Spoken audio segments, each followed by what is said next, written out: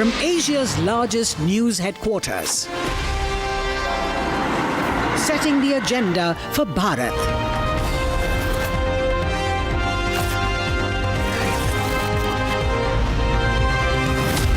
You're watching Republic.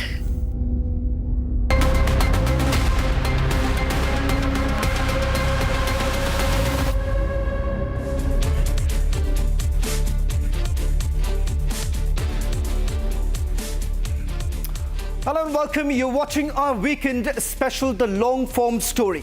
Over the next 60 minutes, we take you through an in-depth understanding of all that shaped the week. From headline-making developments to the people behind them. We deep dive into three big news events and those who are behind the headlines. All this and much more as we take you through the three big news events of the week. Our first story this evening takes us into the heart of Bengaluru, a city that witnessed unthinkable tragedy. What was meant to be an evening of celebration turned into a night of horror.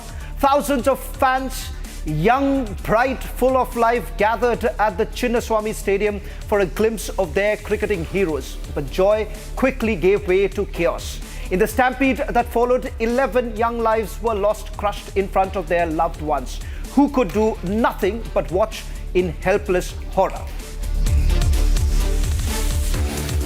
Our second story tonight raises more questions than answers. A newlywed couple traveled to the serene hills of Meghalaya for their honeymoon, but only one would return. The husband found dead in a remote gorge, the wife missing without a trace. What really happened in the misty wilderness of Sohra? A tragic accident or something more sinister? And finally, a triumph of vision. And the final story that we get to you tonight, the story of the Chenab Railway Bridge. A structure that defies terrain, symbolizes unity and stands as a testament to what's possibly when political will meets technological brilliance.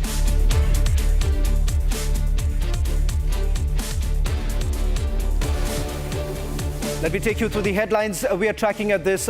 Shocking video accessed by Republic Kannada in the Chinnaswamy Stadium case. Video shows that an ambulance was blocked by the RCB and the stadium staff during the 4th June of stampede. Footage shows the ambulance being obstructed until the team bus entered the stadium, contradicting the need for emergency services.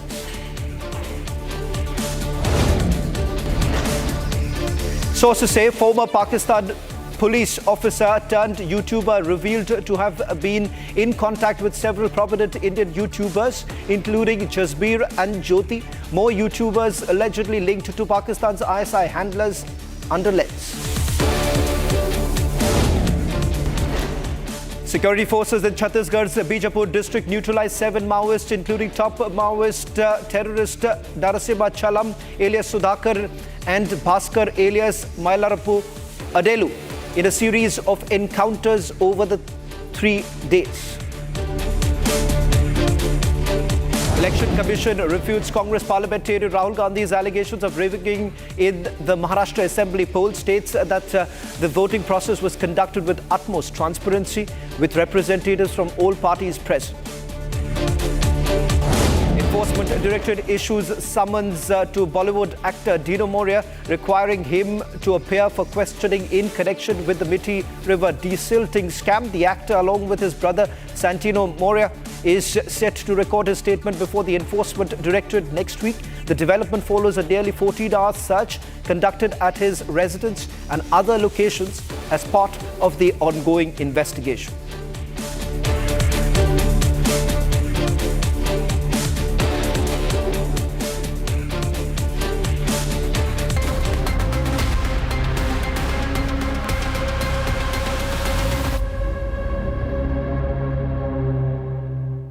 Ladies and gentlemen, they were young, full of dreams, sons, daughters, students, newlyweds, all under 30. They stepped out on 4th of June to celebrate a cricketing victory and never came back home. What should have been a joyful event turned into a complete nightmare at Bengaluru's Chinnaswamy Stadium, a deadly stampede claiming 11 innocent lives. In moments, celebrations turned into complete chaos, and families were left searching.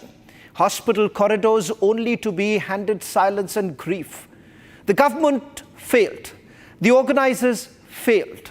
And as the cricketing world moved on, 11 families were left completely broken, asking why their children had to pay the price for someone else's negligence. These are not just victims. These are stories that demand answers and accountability.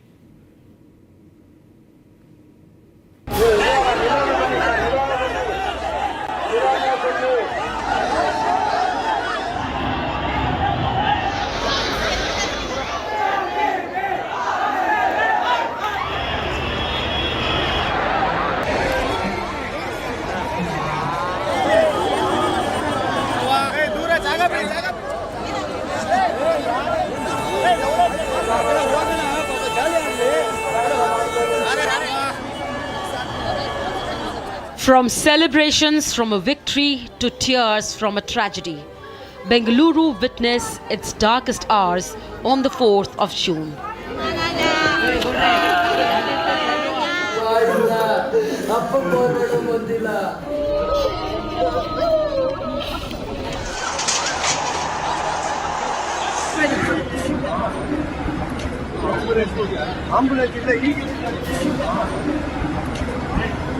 Eleven youth, all under the age of 30, crushed in a stampede.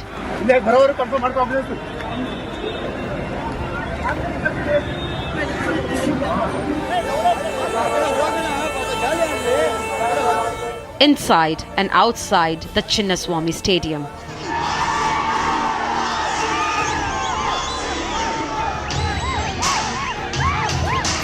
Home to the Royal Challengers Bengaluru or RCB. 18 ವರ್ಷಗಳ ಕಾಲ ಕಾದ ಮೇಲೆ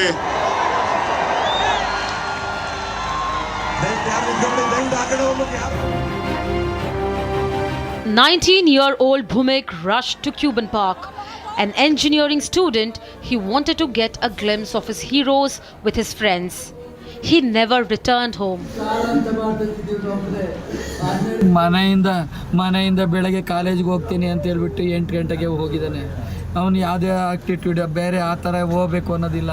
ಈ ಹುಡುಗರೆಲ್ಲ ಸೇರ್ಕೊಂಡ್ಬಿಟ್ಟು match ನೋಡೋಕೆ ಹೋಗೋಣ ಅನ್ಕೊಂಡ್ಬಿಟ್ಟು ಕರ್ಕೊಂಡು ಹೋಗಿದ್ದಾರೆ. ಆ ಅಮ್ಮಗೊಂದು 4 ಗಂಟೆ 3:15 ನಾನು ಕಾಲ್ ಮಾಡಿದ್ದಾಳೆ, ಅಮ್ಮ ಹೋಗ್ತಾ ಇದ್ದೀನಿ, ಮೆಟ್ರೋದಲ್ಲಿದ್ದೀನಿ, ಹೋಗಿ ಬರ್ತೀನಿ ಅಂತ.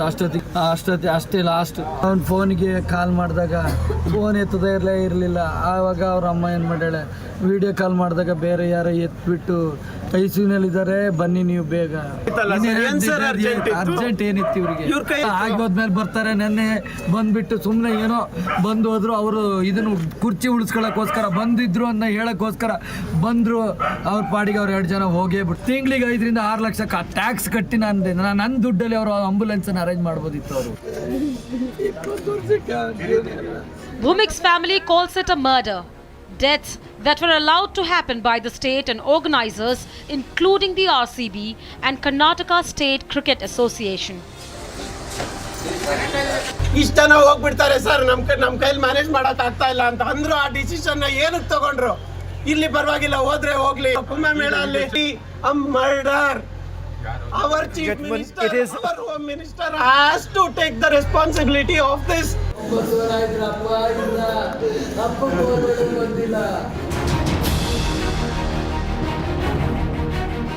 Amrit Pai is distraught as he prepares for the funeral of his elder daughter. ಚಿಕ್ಕಂದಿನಿಂದ ವಿದ್ಯಾವಂತೆ, SLCಯಲ್ಲಿ ಒಳ್ಳೆ ಮಾರ್ಕ್ ತೆಗೆದು, PUCಯಲ್ಲಿ ಒಳ್ಳೆ ಮಾರ್ಕ್ ತೆಗೆದು, CAಯಲ್ಲಿ ಫಸ್ಟ್ ಅಟೆಂಪ್ಟಲ್ಲಿ ಪಾಸಾಗಿದ್ದಾಳೆ. 21 ವರ್ಷಕ್ಕೆ CA ಮಾಡಿದ್ದಾಳೆ.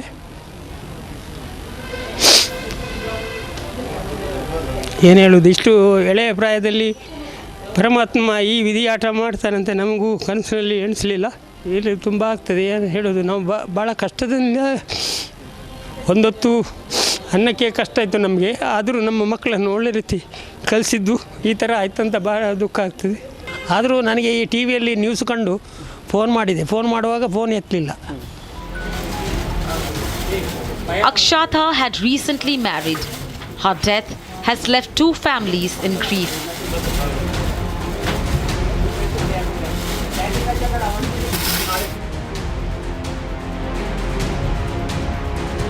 A first-year student of Bengaluru Presidency College, Manoj Devaraju, was only 18-year-old and the only son of his family. ಒಂದು ಗಂಟೆಲೆ ಹೋಗಿ ಬರ್ತೀನಿ ಅಂತಾರೆ ಅಪ್ಪಾಜಿಗೆ ಹೇಳ್ಬಿಟ್ಟು ಹೋದ ಬರಲಿಲ್ಲ ಅಣ್ಣ ಇನ್ನು ಮನೆ ಬರಲಿಲ್ಲ ಹಿಂಗಾಗುತ್ತೆ ಅಂತ ನಮಗೆ ಗೊತ್ತಿಲ್ಲ ಕನ್ನಡ ಕಳಿಸ್ತಿರ್ಲಿಲ್ಲ ಹೋಗ್ಬಿಟ್ಟಿಂದ ಬರಲೇ ಇಲ್ವಲ್ಲಣ್ಣ ಯಾರಣ್ಣ ನಮಗೆ ದಿಕ್ಕು ಇರೋನು ಅಮ್ಮಗ ಮೊಬೈಲ್ ಬಿಟ್ಟು ಹೋಗಿದ್ದ ಅಮ್ಮ ಮೊಬೈಲ್ ಕೊಡಮ್ಮ ಅಂತ ಅಂದ ಮೊಬೈಲ್ ಕೊಟ್ಟೆ ಹುಷಾರಾಗಿ ಹೋಗ್ಬಾರೋ ಅಂತ ಅಂದಿದ್ದು ಅಷ್ಟೇ ನಾಡ ಇನ್ನು ಬರಲೇ ಇಲ್ಲ ಇನ್ನು ಮಾತು ಇಲ್ಲ ಏನು ಇಲ್ಲ ಏನಣ್ಣ ಹಿಂಗಾಯ್ತಲ್ಲ ಏನು ಮಾಡೋದು ಯಾರು ತಂದು ಕೊಡ್ತಾರೆ ನನಗೆ ನನ್ನ ಮಗುನ ನನ್ನ ಮಗ ಬೇಕು ನನಗೆ ಯಾರು ತಂದು ಕೊಡ್ತಾರೆ ನನ್ನ ಮಗುನ ಅವ್ರ ಮನೆ ಹಾಳಾಗಿ ಹೋಗ್ಲಿ ಬಿಡೋಣ ನಮ್ಮಂಥವ್ರು ಗೋಳು ತೊಡ್ತಂಗಿರಲ್ಲ ಅವ್ರ ಮನೆ ಗೂಡ್ಸ್ಕೊಂಡು ಅದ್ರಾಗ ಹೋಗ್ಲಿ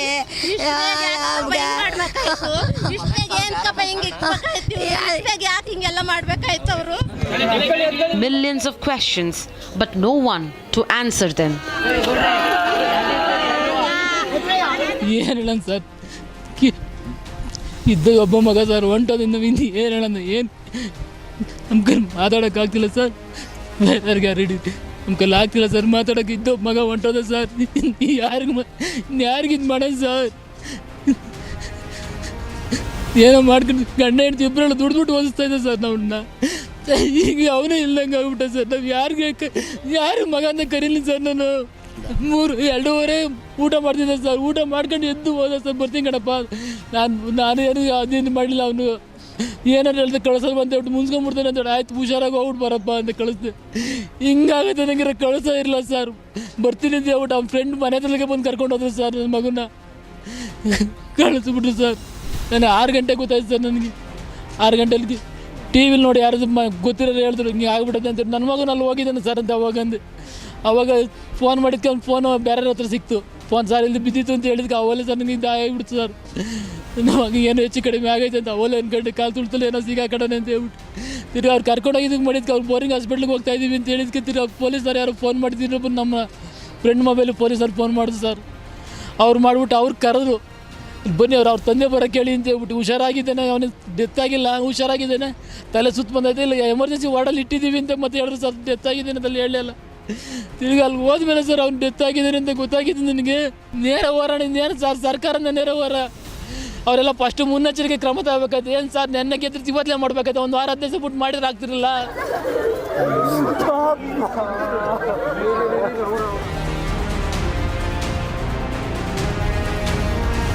19-year-old BTech student Chinmay's life was cut short in the stampede.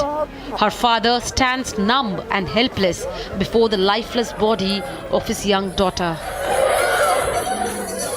Chinmay rushed to the Chinnaswamy Stadium only because her college friends were going. Her family blames the state government, police and RCB.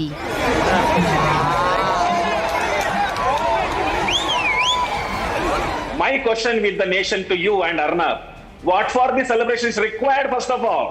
Whether the RCB is a national team, whether the RCB is a state team, this is only a club team. For this club team, this much of height, what for? This is showing the show of strength of the government.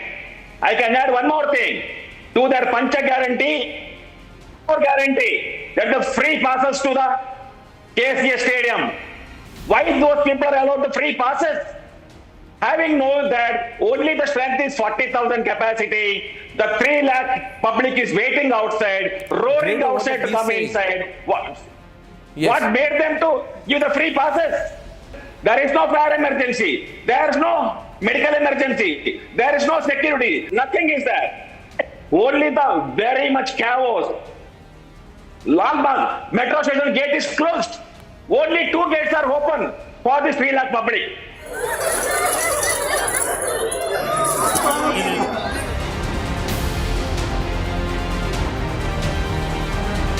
26-year-old Purna Chandra was in Bengaluru on the Stampede day to meet a prospective bride. He headed to the Chinnaswamy Stadium after the meeting and did not make it back alive.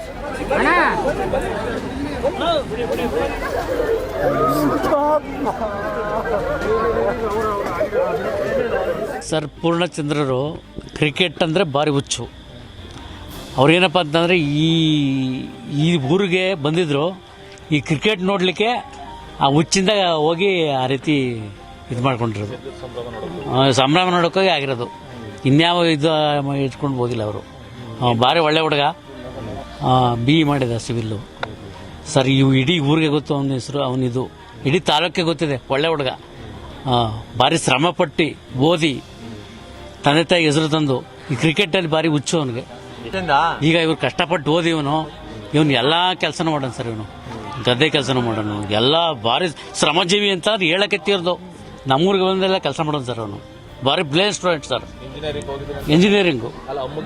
ಸಾಮಾನ್ಯ ನಾವು ಅಲ್ಲೇ 4:45 ನನಗೆ ಗೊತ್ತಾಗಿದ್ದು. ಆಮೇಲೆ ನಾನು ಏನಪ್ಪ ಅಂದ್ರೆ ನಮ್ಮ ಹುಡುಗ ಸರ್ ಇದಕ್ಕೆ ಹೋಗ್ತಾನೆ ಡ್ಯೂಟಿಗೆ, ನನ್ನ ಮಗ ಅವನು ಬರ್ತಾನೆ ಅಂದ್ಬಿಟ್ಟು ನಮ್ಮ ಮನೇಲಿ ಅಡುಗೆ ಎಲ್ಲ ಮಾಡ್ಕೊಂಡಿದ್ದು. ನಮಗೆ ಈ ರೀತಿ ಆಗೋದ್ರಿಂದ ನಮ್ಗೆ ಗೊತ್ತಿಲ್ಲ. ಆಮೇಲೆ ನಾವು ಟಿ ವಿಲಿ ನೋಡಿದಾಗ ಹಿಂಗೆ ಬೆಂಗಳೂರಿಗೆ ಹೋಗಿ ಇದು ನೋಡೋಕೆ, ಕ್ರಿಕೆಟ್ ನೋಡೋಕೆ ಹೋಗಿ ಈ ರೀತಿ ಆಗೋದು ಅಂದ್ಬಿಟ್ಟು ಯಾರಿಗೂ ಹೇಳಿಲ್ಲ ಸರ್ ಇವನು.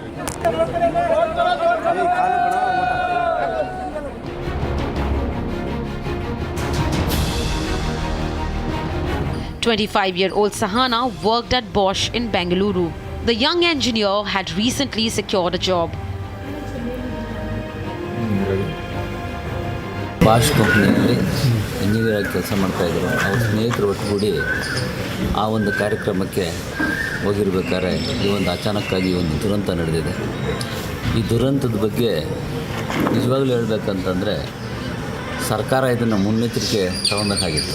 ಯಾಕೆ ಅಂತಂದರೆ ಅಟ್ ಎ ಟೈಮ್ 2 ಕಾರ್ಯಕ್ರಮ ಮಾಡಿದ್ರೆ ಏನಾಗ್ತಂತ ಯಾರು ಬೇಕಾದ್ರೆ ಊಹಿಸ್ಬೋದಾಗಿತ್ತು. ಯಾಕೆಂದರೆ ವಿಧಾನಸೌಧ ಮುಂದೆ ಲಕ್ಷಾಂತರ ಜನ ಸೇರಿದ್ದು. ಇಮಿಡಿಯೇಟಾಗಿ ಏನಾಗುತ್ತೆ, ಅದನ್ನು ಅವ್ರನ್ನ ಸ್ಟೇಡಿಯಂಗೆ ಇನ್ನೊಂದು ಕಾರ್ಯಕ್ರಮ ಅಂತಂದರೆ ಅಲ್ಲೇ ಮರಳೆ ಯಾಕೆ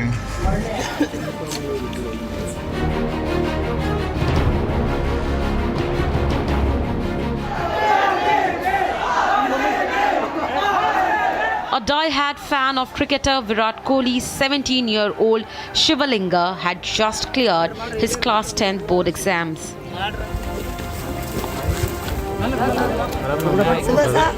He left home to collect his transfer certificate, but took a small detour to catch a glimpse of his favorite cricket star. Shivalinga's mother, broken, inconsolable, now asks, what did Kohli give him in return? ಟೀಸ್ ತಂದು ಮನೆಗೆ ಇಟ್ಟು ಏನೋ ಗೊತ್ತಿಲ್ಲ. ನಾವು ಬೇರೆ ಕಡೆ ಕೆಲಸಕ್ಕೆ ಹೋಗಿದ್ದೀವಿ.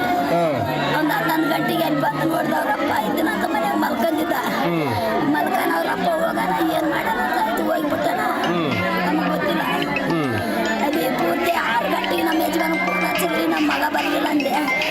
ಅವಾಗ ಫೋನ್ ಹಚ್ಚಿದ್ರು, ನನ್ನ ಮಗ ಎತ್ತದಿಲ್ರಿ ಪೊಲೀಸರು ಅಂತಿದ್ರು. ಪೊಲೀಸ್ ಏನಾಗ್ಯದ್ರಿ ಹೇಳಂದ್ರಿ, ನೀವು ಬರ್ರಿ, ನೀವು ಬಂದ್ಮೇಲೆ ಮಾತಾಡಮ್ಮ ಅಂದ್ರೆ ಡೌಟ್ ಬಂತಮ್ಮ ನಮಗೂ. ವಿರಾಟ್ ಕೊಹ್ಲಿಗೆ ಅಂತ್ರಿ ಏನು ಕೊಟ್ಟ ನನ್ನ ಮಗನಿಗೆ. 11 young lives sacrificed as they tried to celebrate 11 men who won a cup. Their celebrations continued even after the stampede. But for the families of the 11 young men and women, it's a lifetime of suffering. Because politicians wanted few extra votes, cricketers wanted to rush back home, and the RCB wanted to make a quick buck. It's a crime that the city will never forgive or forget.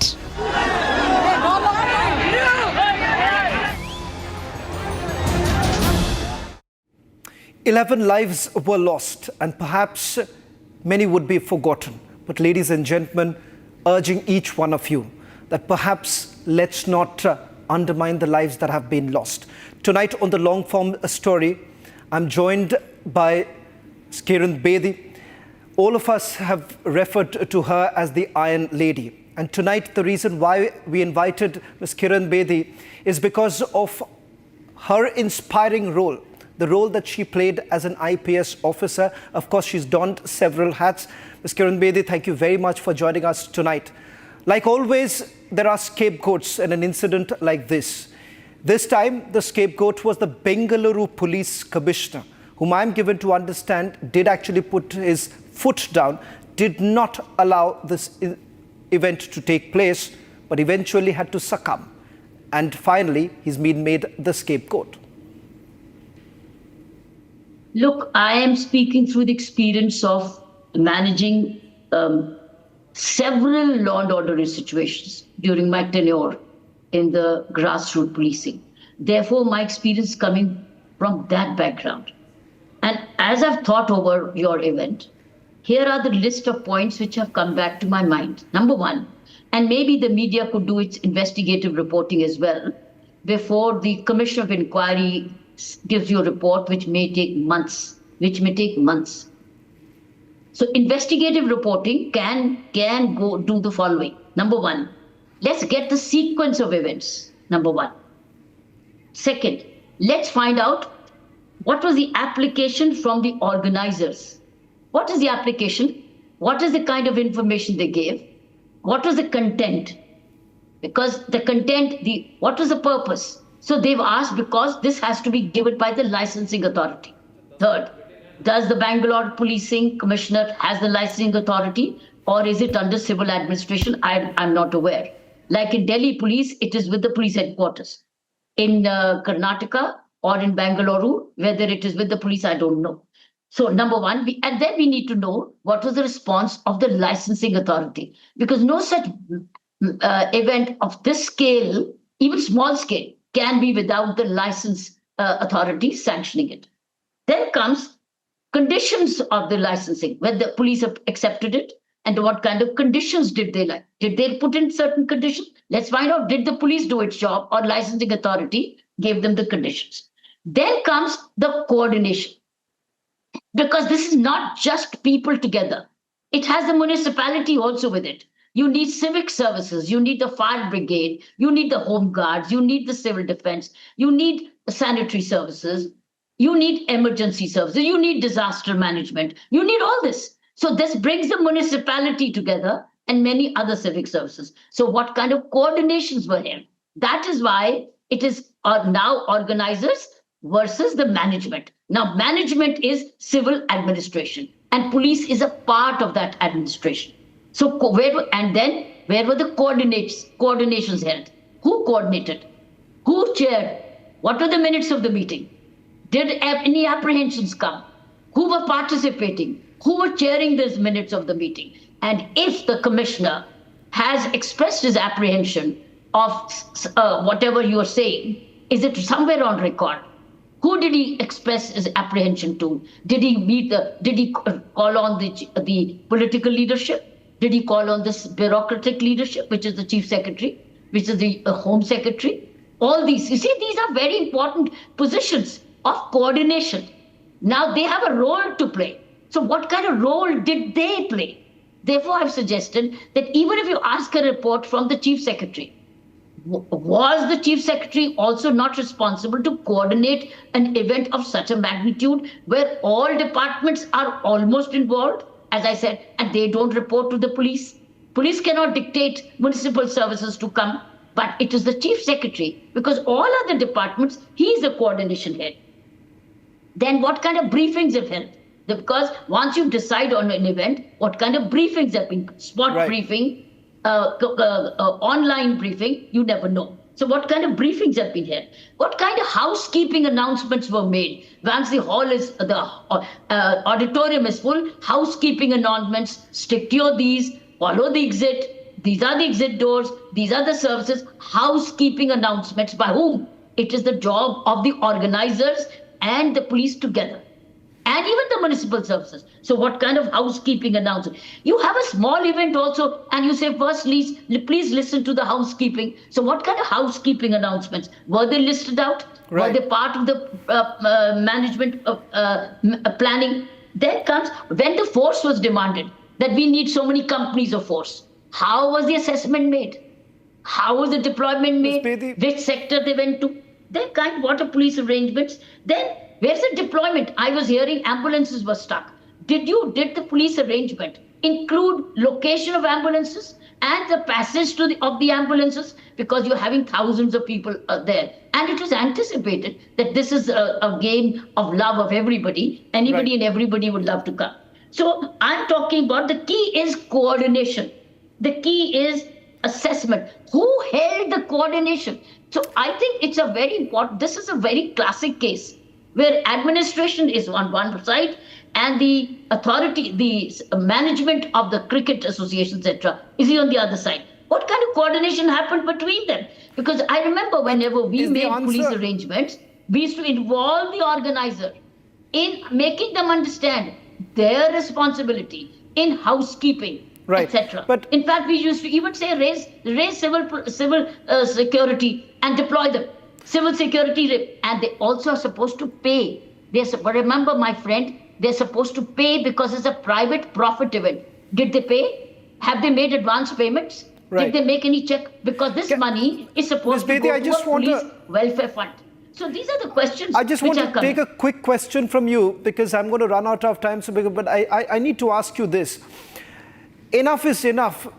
Every time an incident of this nature happens, we find one scapegoat, and this time it was the Bengaluru Police Commissioner, whatever may be the coordination. But Ms. Bedi, the question here is that, can this be stopped? Because you cannot always end up by simply saying that, look here, the police was really responsible and the political leadership has no role to play whatsoever. This is a classic example of how perhaps the political leadership had an important role to play. Are people willing to learn? There's an institutional memory of law and order.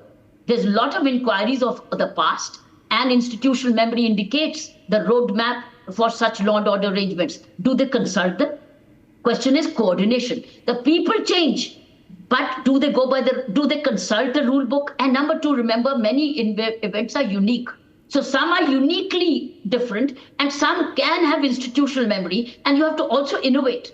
So therefore, the question is, are the key coordinators, starting the civil coordination is the chief secretary, the police coordinator is the DGP, the political coordinator is the chief minister with the home ministry. So because this event is huge, and these are the coordinating contact points, which to my mind have all shown mass deficiency. Therefore, if you, by the time the inquiry report comes, you'll see what was the role of the DGP, the Commissioner of Police, obviously. But you have picked up Police Commissioner only out of it, whereas he's a part of the whole. He's a part of the whole, but a key part. But there are many keys.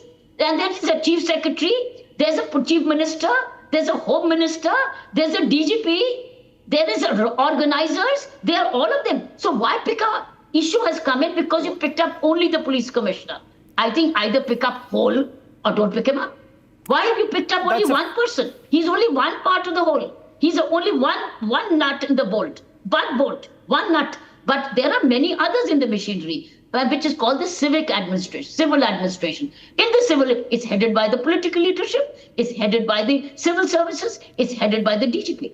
These are the kind of leadership. To my mind, this is a classic case where this kind of leadership has not performed the roles of coordination which it ought to have performed. Well, thank you very much, Ms. Bedi, for putting this into perspective. And certainly, cherry picking isn't the answer to this entire issue. Thank you. Former Karnataka Chief Minister Basavaraj Bommai joins us on the long form tonight. Mr. Bommai, I want to straight away begin by asking you, scapegoats have been identified, they have been booked, they have been put behind bars. But do you believe that the real culprit is still roaming freely? See, the main culprits, be it RCB or its event manager, event managing team of DNA or KSCSA, nobody has been booked or arrested. The main, the people who have got stakes, who is the owner of RCB, no questions asked. is not even questioned, is not even touched. Why so? Do you believe And, that there is some sort of even a the protection DNA that has been management team, extended, the or this is some sort of a fixed match? Do you believe it's a fixed match because one way there's an inquiry that is underway, there is no one from the government who has basically been booked because the government has washed its hands away? Do you believe that this is a complete fixed match? Yeah. See, the government is in all out to protect itself and his ministers and everybody. Therefore, the main people who are to be booked are getting scot-free. This government is totally now not only disturbed, they are unable to take a proper decision. Every day the decisions are changing. First they said that there will be magistratal inquiry. Then the second day they came and said that there will be judicial inquiry. Third, they said CID inquiry. Multi-agents, but multi-people, multi-agencies are inquiring, and in this melee, the main people are getting scot-free. And there are scapegoats like Commissioner of Police, who had said that you should not do it immediately. The other thing that emerges, Mr. Bommai, is that what happened on 4th of June is a result of the infighting within the Congress party. You had DK Shiv Kumar projecting himself as the man who is celebrating on behalf of the entire state. The Chief Minister had a function at the Vidhan Soudha, which almost appeared to be a private event. Many are saying that the RCB perhaps is also, the management is being protected because there is certain political links. Is there any political link between the RCB management and a few political parties, or perhaps a few political leaders in Karnataka? Is there a direct link? See, you are absolutely right. It's a outcome of a severe competition which has been taking place not only in this event, every event between CM and Deputy CM. They want to be one up against each other. And in that competition, Mr. Shiv Kumar went to the airport. So there was nothing for the Chief Minister. So they arranged the meeting in front of the grand steps of Vidhan Soudha without any preparation. And certainly because RCB has obliged both of them, so there must be some kind of a, if not a direct connection, there must be some kind of a relations which has helped these people to organize in this way, where there was no proper security and no safety measures, and they didn't care for the people's life. They went on with the celebrations. The way the politicians went on with the celebration shows that there has to be. But the Deputy Chief Minister says that he had communicated to the franchisee and the program was cut short. That has to be inquired actually. And my demand is the inquiry should not be. One second. My demand is all this inquiry which drama is going on, it is in the gates of KCA. It is not in the gates of KCA. It is the case is behind the scene. Those who are involved, and why in such a hurry the event was done at the behest of RCB. Why the government agreed? Why they didn't stop it? Why didn't they expect so much of people? Okay. So the way it is planned, the nexus between politician and the organizers, including RCB, has to be inquired. One final question before I let you go, Mr. Bommai. Is there any truth to multiple reports that are now doing the rounds that a top political leader in the state of Karnataka is directly linked with the management of RCB, or perhaps there are certain stakes in RCB, and that is the reason why there is this entire protection that has been extended and they've identified certain scapegoats?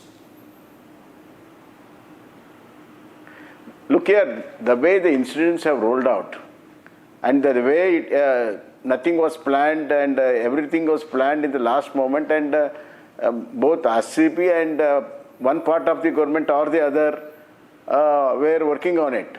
So there has to be some nexus there has to be some communication, there has to be some pressure, and that has to be inquired. That is the main demand. Well, thank you very much, Mr. So Bhumai. that in further, at least, we will not know that we should know the real culprit who is behind the scene. Let me now take you to the big story coming in from the state of Meghalaya. They were in love, just married, and full of dreams. Raja and Sonam Raghuvanshi were beginning their journey as husband and wife. A new chapter, a new life. But what began as a picture-perfect gateway quickly spiraled into a chilling mystery. On 2nd of June, Raja's bruised and lifeless body was found deep inside a remote gorge. Sonam had vanished. No screams, no witnesses, no answers. Even as drones scanned the thick forest of Sora and search teams braved the harsh terrain, one question continues to echo louder with each passing day. Where is Sonam Raghuvanshi? This isn't just a story of a missing person. It's the unraveling of a haunting mystery. And in fact, we've gone deep inside to get you this very story to find out what really happened. Take a look, and then we are also going to be joined by the Tourism Minister of the state of Meghalaya, Mr. Paul Lindo.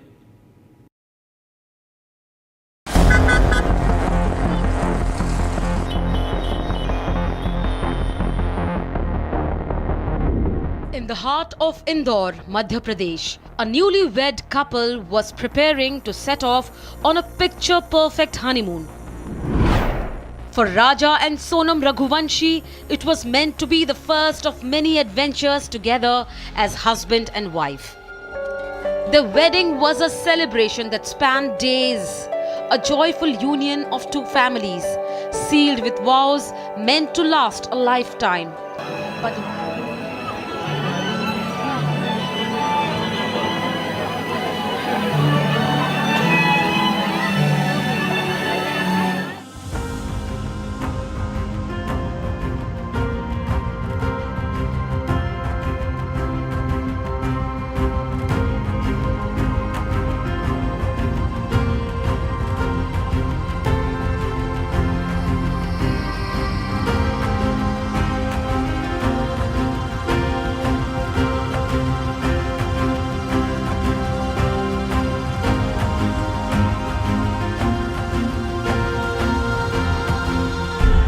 But the once joyful home now sits in silence.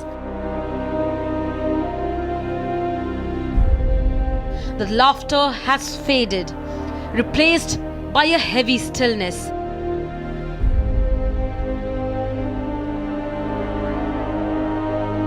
The family mourns the unimaginable loss of Raja and clings to hope for just a glimpse of Sonam.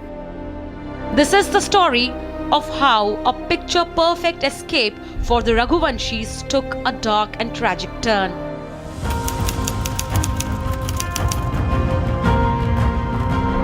The couple travelled over 2,300 kilometers from Indore to Shillong to camp in Sora, merely 80 kilometers away from the capital city. Sora, also known as Cherrapunji, a breathtaking hill destination in Meghalaya, where misty cliffs meet cascading waterfalls, where valleys stretch as far as the eye can see.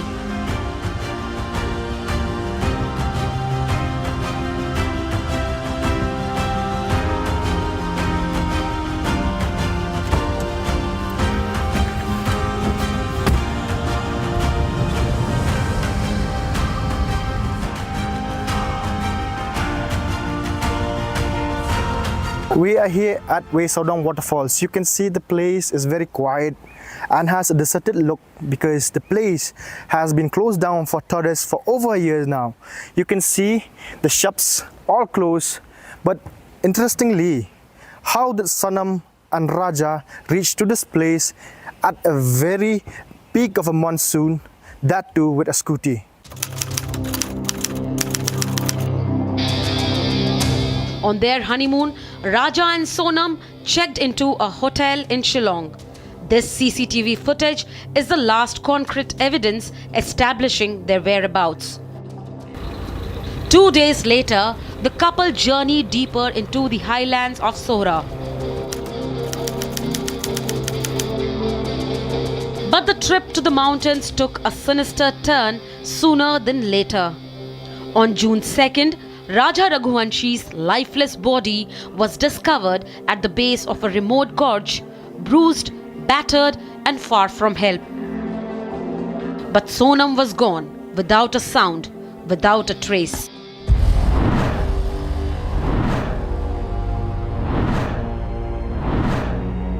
Police अधीक्षक शिलांग से चर्चा हुई है, जिसमें उन्होंने ये स्पष्ट किया कि अभी भी फीमेल की सर्चिंग जारी है और अभी तक उसमें कोई क्लू मिला नहीं है। एक बैग मिला था, लेकिन उसको भी संभवतः परिजनों ने नकार दिया है। And now, a 17-member NDRF team is assisting the Meghalaya police to comb the forest of Sohra to gather circumstantial evidence and put together the missing pieces of this mystery.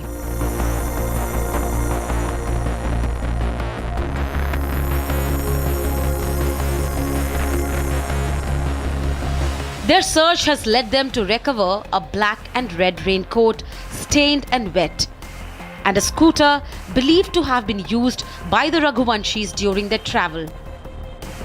A special investigation team has been roped to fast-track the investigation. One question echoes louder each day. Where is Sonam Raghuvanshi?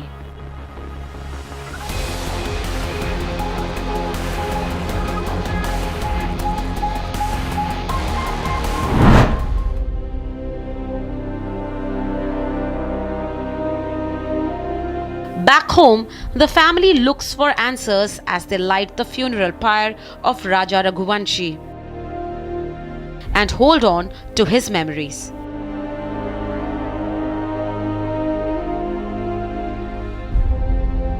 उतर आए?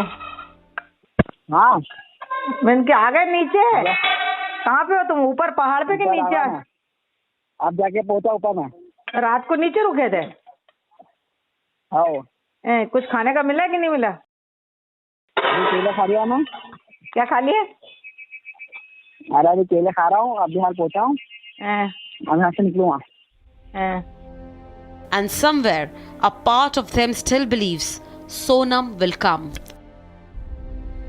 अभी नहीं हुआ, बस हम चढ़ाई कर रहे हैं। हम ऊपर चढ़ गए, फिर फोन लगाते हैं। और आज तो उपास होगा फिर?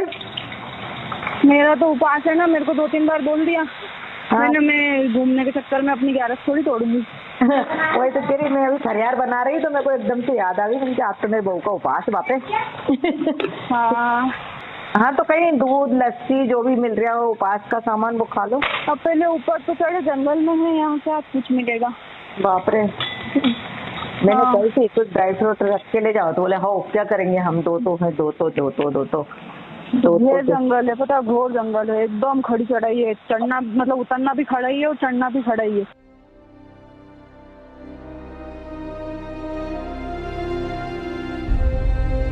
हम इस समय इंदौर के सहकार नगर पहुंच चुके हैं, जहां पर रहने वाले राजा रघुवंशी और सोनम की 11 मई को शादी हुई थी और 20 मई को वो हनीमून के लिए निकले थे, लेकिन उनके घर की खुशियां मातम में बदल गई। फिलहाल जो राजा रघुवंशी है, उनकी 11 दिन बाद डेड बॉडी मिली और सोनम अभी भी लापता है। ये सहकार नगर है, जहां पर आप देखिए लोग, जितने भी मोहल्ले के लोग हैं सभी दुखी हैं।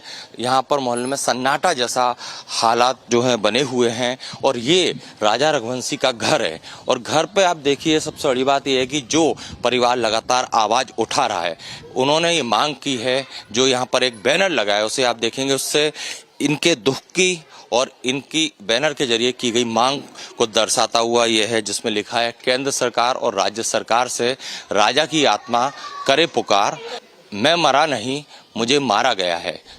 शादी करी मैंने और दोनों बच्चे घूमने गए, हनीमून मनाने गए। वहाँ के जाने के बाद 23 साल बाद फिर बातचीत मोबाइल बोले वो हो गया, वहाँ से नेटवर्क नहीं मिल रहा है, वहाँ की सरकार बोलती है। और उनने बोला कि नहीं यहाँ नेटवर्क नहीं मिलता पापा बोले। उसके बाद फिर कोई बातचीत नहीं हुई और मुझे लगता है कि वहाँ पर वो उसको मार के फेंक दिया है। और उसके बाद बहू का ये पता नहीं, सोनम का पता नहीं है। अभी तक वहाँ की सरकार ने मेरी बहू का कोई पता नहीं लगा पा रहा है। बेटे की तो लाश यहाँ आ चुकी है, अब मेरे बहू का पता नहीं वहाँ क्या है, क्या हाल है, कुछ नहीं। मुझे लगता है वहाँ के किसी ने उनको मार के फेंक दिया। तो बस यही है कि उसको कैसे न कैसे करके ढूंढ के अपने देश में ले आओ। वो कहाँ पे है, किस हाल में है, कितनी परेशान होगी, उसके साथ क्या हुआ होगा, कैसी है, क्या पता वो राजा की तरह मिलती कि और किस हाल में मिलती। मेरे को बस यही ये जो न्यूज़ खबर आई है, इससे पूरा इंदौर, हमारी पूरी कॉलोनी सब पूरा एकदम सुनसान है और बहुत दुखी भी है, क्योंकि ये जो वाक़या हुआ है, ये एक तो ऐसा वाक़या पहले कभी हिंदुस्तान में नहीं हुआ है। लेकिन इसको देख करके सभी लोग बहुत चिंतित हैं और परेशान हैं। हमने बारात भी देखी, बारात ज्वाइन भी करी, उनके शादी का पूरा समारोह हमने अटेंड किया हुआ है और अर्थी भी देखी।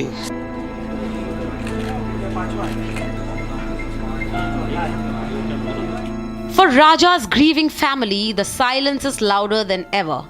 They believe this was no accident, but a case of robbery and murder. With dwindling hope, they now look at the Central Bureau of Investigation, holding on to one final wish: justice. For Sonam Raghuvanshi's family, every day has been waking nightmare. Her father Devi Singh believes she has been kidnapped and is being held hostage, not lost, not gone, but trapped somewhere, waiting to be rescued. इस समय मैं मौजूद हूँ सोनम रघुवंशी के घर में। उनके माता पिता हमारे साथ हैं और दोनों काफ़ी दुखी भी हैं, उदास भी हैं। हालांकि उन्हें उम्मीद है कि अभी भी अगर सरकार संज्ञान ले तो उनकी जो बेटी है, जो 23 मई से लापता है, वो मिल सके। जैसे मेरे हाथ से बच्चा निकल गया, राजा एक बच्चे ही समझो, मैंने वो बच्ची देके बच्चा लिया था, तो जब मेरे हाथ से बच्चा निकल गया तो मेरी बच्ची भी निकल सकती है। वो बच्ची का कोई पता नहीं चल रहा कहाँ है कहाँ नहीं है।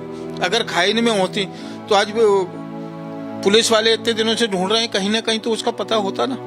जैसे राजा का पता लगा, जैसे बच्ची का भी पता लगता।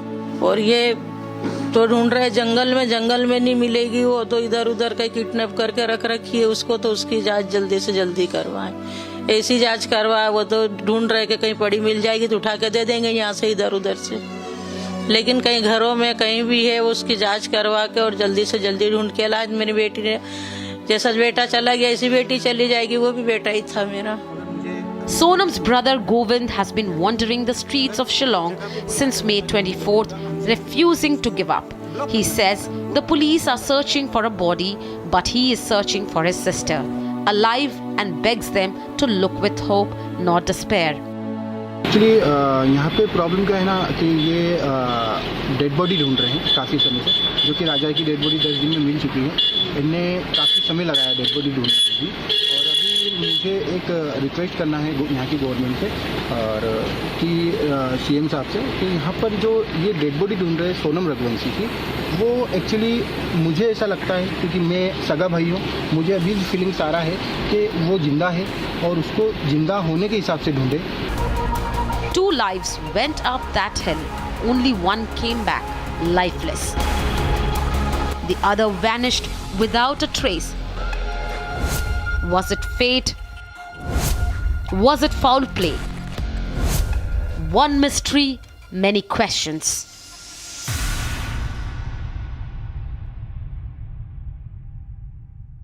Joining us tonight on the long form is Minister Paul Lindo. But Paul, thank you very much for joining us on this broadcast. Let me straight away begin by asking you, tonight you're joining perhaps not for the best news coming in from Meghalaya.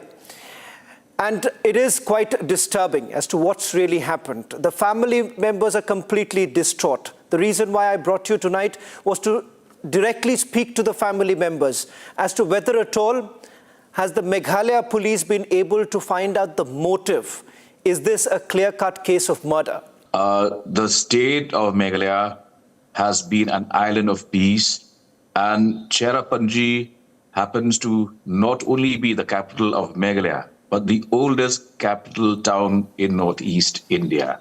What is really intriguing to us is that this is the first ever incident where tourists have been harmed. There has not been a single case of even assault on tourists for the past many decades. Therefore, this is a one-off incident, but I can assure you that we will go to the bottom of the case. It is premature for me to ascribe motive, but all I can say is that we will leave no stone unturned. Mr. Paul Lindo, having come from Shillong myself, I can perhaps say this, that it comes across as a shocking incident. But having said that, our heart also goes to the family members who's lost their loved one. Hence, I want to ask you this, that the families are now demanding that a Central Bureau of Investigation should be carried out. What is it that you can tell them? Because they are still looking for answers. There are several questions that remains unanswered at this point in time as to what really happened. Have you been able to establish the timeline from the very moment they landed in Meghalaya and thereafter decided to go to Sora? I can assure you that the Meghalaya police is one of the most efficient police forces in the country. All I can say is that the difficult terrain, the rainy conditions, the fact that it was raining cats and dogs for several days together slowed down the investigation. But that does not mean that we will not take this case to its logical end. As far as inviting a CBI probe, I think that it is too premature at this stage because we have already constituted the special investigation team, and we have, the fact that each day we are making progress, however slow, but we are inching close towards solving this case. If, and I say this, it's capital if, the state police is not in a position to really establish what happened and pinpoint to who was responsible behind this act of homicide, then other options are also open. One final question before I let you go, because a lot has been spoken about it. A lot is now doing the rounds on social media. And as a responsible media house, I want to take this opportunity by asking you, have you been able to understand what really happened? Because it's a murder mystery that remains completely unresolved. But is there some clarity as to what really happened from the time that they had gone to that homestay in Sora? Is there any clarity? You see, the only clear point here is that they establish links to get their scooty to take them to that particular destination. And if it was a case of robbery, attempted robbery, why would it push the criminals to go to the extent of slitting the throat of Raja?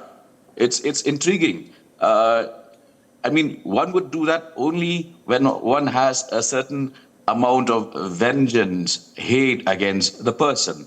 But if it were to be just criminal elements, they would have overpowered the victim, robbed him, and then go about their other business. But in this particular case, there seems to be a motive far bigger than the act of overpowering the couple and robbing them of their valuables. So it's certainly still very intriguing, but I can assure you we have made all efforts. We are continuing those efforts. Before we take you through the final story, let me also take you through the headlines we're tracking at this hour.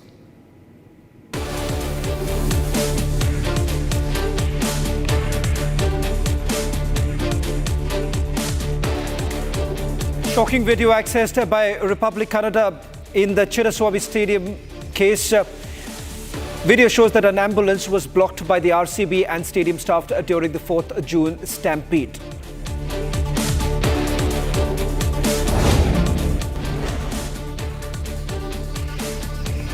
Sources say former Pakistan police officer turned YouTuber revealed to have been in contact with several prominent Indian YouTubers, including Jasbir and Jyoti. More YouTubers allegedly linked to Pakistan's ISI handlers under lens. Security forces in Chhattisgarh's Bijapur district neutralized 7 Maoists, including top Maoist terrorist Narasimha Chalam, alias Sudhakar, and Bhaskar, in a series of encounters over 3 days. Election Commission refutes Congress parliamentarian Rahul Gandhi's allegations of rigging in the Maharashtra Assembly polls, states that the voting process was conducted with utmost transparency with representatives from all parties present. Enforcement Directorate issues summons to Bollywood actor Dino Moria, requiring him to appear for questioning in connection with the Methi River desilting scam. The actor, along with his brother Santino Moria, is set to record his statement before the Enforcement Directorate next week.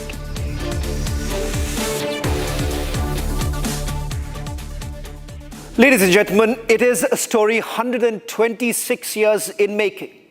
A tale of vision, of delay, and finally of triumph. From plans drawn up in colonial Kolkata in 1899 to the world's highest railway bridge now standing tall over the roaring Chenab. This isn't just infrastructure. It is India's resolve cast in iron. At 359 meters above the riverbed, taller than the Eiffel Tower, the Chenab railway bridge is more than an engineering marvel. It's a symbol of unity, of access, and of what is possible when political will, with national ambition and technological excellence comes together. So tonight, we bring you the story of the train to Kashmir, a journey through history, hope, and Himalayan heights. A story of steel, spirit, and sovereignty. Watch this, and then the big newsmaker tonight. Union Minister Ashwini Vaishnav joins me and breaks it down as to how this feat was achieved.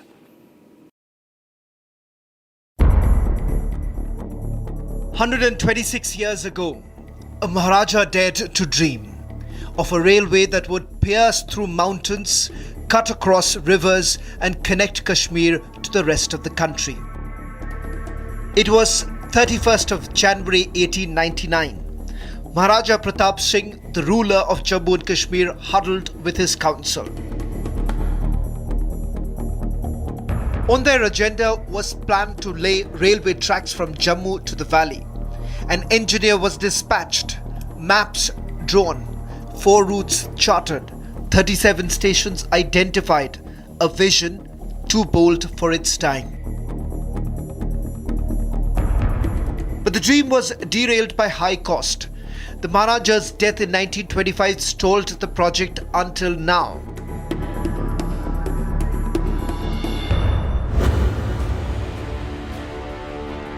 For high above the roaring Chenab River stands world's highest railway bridge, Kashmir's newest lifeline. The Chenab Bridge, a global benchmark today of rail engineering, now connects regions that were once unreachable. When the skies were too costly, roads too fickle, Kashmir stood still, cut off and cornered. But with this engineering marvel, the valley is on fast track. अब लोग Chenab bridge के जरिए कश्मीर देखने तो जाएंगे ही, ये bridge भी अपने आप में एक आकर्षक टूरिस्ट डेस्टिनेशन बनेगा. Kashmir to Kanyakumari is now a reality. 272 kilometers rail line, 38 tunnels, 927 bridges now cut through Shivalik and Pir Panjal ranges. मां भारती का वर्णन करते हुए हम श्रद्धा भाव से कहते आए हैं, कश्मीर से कन्याकुमारी, ये अब रेलवे नेटवर्क के लिए भी हकीकत बन गया है। The rail map of Jammu and Kashmir has been redrawn with precision and purpose.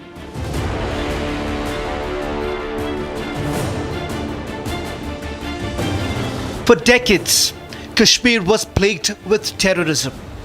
Air travel was expensive, roads were weather dependent, trade suffered. But with the completion of this engineering marvel, Kashmir is now connected to the country. Right now we are at the Chenab Bridge. Here you will see the tricolors there, and the people, they all have come up to see this because it is 359 meters down, and the people, they are really happy. Sir, आप family के साथ आए हैं, बिल्कुल देख रहे हैं, कितने अच्छा लग रहा है? बहुत अच्छा लग रहा है। जहाँ ये सरकार की कमिटमेंट है वहीं इंजीनियरिंग का मावल है, इंजीनियर्स की कमाल है जो उन्होंने कर दिखाया है। हाँ, मुझे बताइए आपको कैसा लग रहा है? मुझे बहुत अच्छा लग रहा है और एक्साइटेड भी फील हो रहा है। It's like one in a lifetime experience and I'm very thankful to be in it. So you're proud of the engineers who have done this? Yes, very. They have put their skill into mine and such a good and beautiful thing they have made. From Katra to Srinagar, that's the journey the Vande Bharat Express will now make possible. Distance between the two major tourist destinations will be cut short to 3 hours. This isn't just a rail project. It's a turning point for tourism, trade, and the very narrative of Kashmir. Kashmir to Kanyakumari rail link is now a reality, and right now we are outside the Vande Bharat that has travelled from Jammu to Kashmir. This project has been a long pending project that has now been inaugurated by the Prime Minister, and now the train has reached from Jammu to Kashmir, and this is the first train that is reaching Kashmir. Right now we are travelling in the cab of one of the Vande Bharat Express. It has been designed on the pattern of aircraft. Sir, we are on the mighty Chenab Bridge. Would you like to explain on this, that because yes, this is something we all have seen? Of course, this Chenab Bridge is the engineering marvel of our country, made by Indian engineers, made by our team, and now our train is passing through. This has increased the reputation of our country many folds. This bridge is more than just steel and concrete. It is the result of years of engineering precision, political will, and the dreams of people who have waited for decades to be connected to the rest of the country. A track for economic growth. इसकी inauguration के साथ ही यहाँ पर tourism के नए horizon खुलेंगे, जो हमें लगता है आज की डेट में जहाज में अगर आप जाते भी हैं तो आपको सीनिक ब्यूटी नहीं मिलती। इसमें तो आपको रास्ते में जो सीनिक ब्यूटी मिलने वाली है वो तो स्विट्जरलैंड से ऊपर होगी, और मैं समझता हूँ इससे मेजर बूस्ट मिलेगा और टूरिज्म आने वाले दिनों में J&K में मेजर बूस्ट लेके आएगा, ऐसी हमारी सोच। इससे हमें बहुत आने वाले दिनों में फ़ायदा मिलेगा। ट्रेन चलने से हमें बहुत फ़ायदा, लोग आते हैं ब्रिज देखने के लिए आते हैं, इधर काफ़ी लोग बाहर से आते हैं। हाँ सर, क्यों नहीं मिलेगी, इधर बेरोजगारी है इधर बिल्कुल, तो अभी ट्रेन चलने से लोकल को भी फ़ायदा मिलेगा। मैं specially prime minister of India को थैंक्स करना चाहते हैं जो उन्होंने इतना बड़ा जो प्रोग्राम किया। अगर पहले हमें श्रीनगर जाना होता तो बाय पत्नीटॉप वगैरह जाते थे, वहाँ पे लगभग हमें कई बार तो 12-13 घंटे लग जाते थे जाने में। बियर एज आज की डेट में अगर हमें जाना हो तो हम विद इन 2 आवर्स ये डिस्टेंस। बहुत अच्छा सफ़र लग रहा है, जैसे कि आज मुझे इतना ऐसा लगा जिस जगह पे आज हम गए ना, ऐसी में मैंने ट्रैवल कुछ महीने पहले किया था गाड़ी में।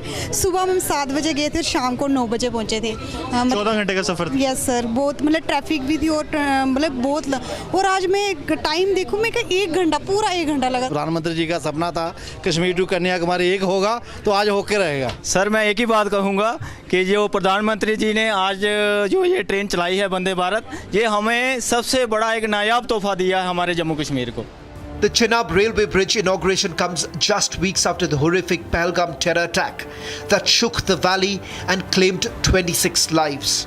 For many, this bridge is the government's strongest response. Development over destruction, triumph of tourism over terrorism, come what may. And with every train that crosses this bridge, a new chapter begins today for India. On 6th of June, you all may have seen how India created history. But behind this marvel, this engineering marvel, what really went behind. And the idea, the objective of the long form tonight is to get into the challenges of building this engineering marvel. Joining me is the Union Minister. Sir, thank you very much for speaking to Republic TV. On the long form tonight, we have basically delved into how this was all made and how we have achieved a historic feat. But I want to get back to the history of it, how it all started.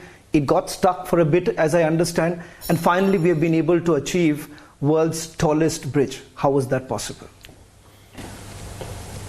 Construction of this bridge, Chenab Bridge, is basically a clear demonstration of strong willpower, focus on execution.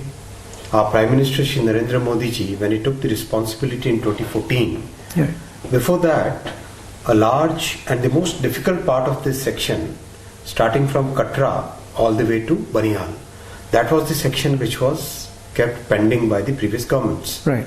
The valley part was done, and this was the difficult part which was still to be done.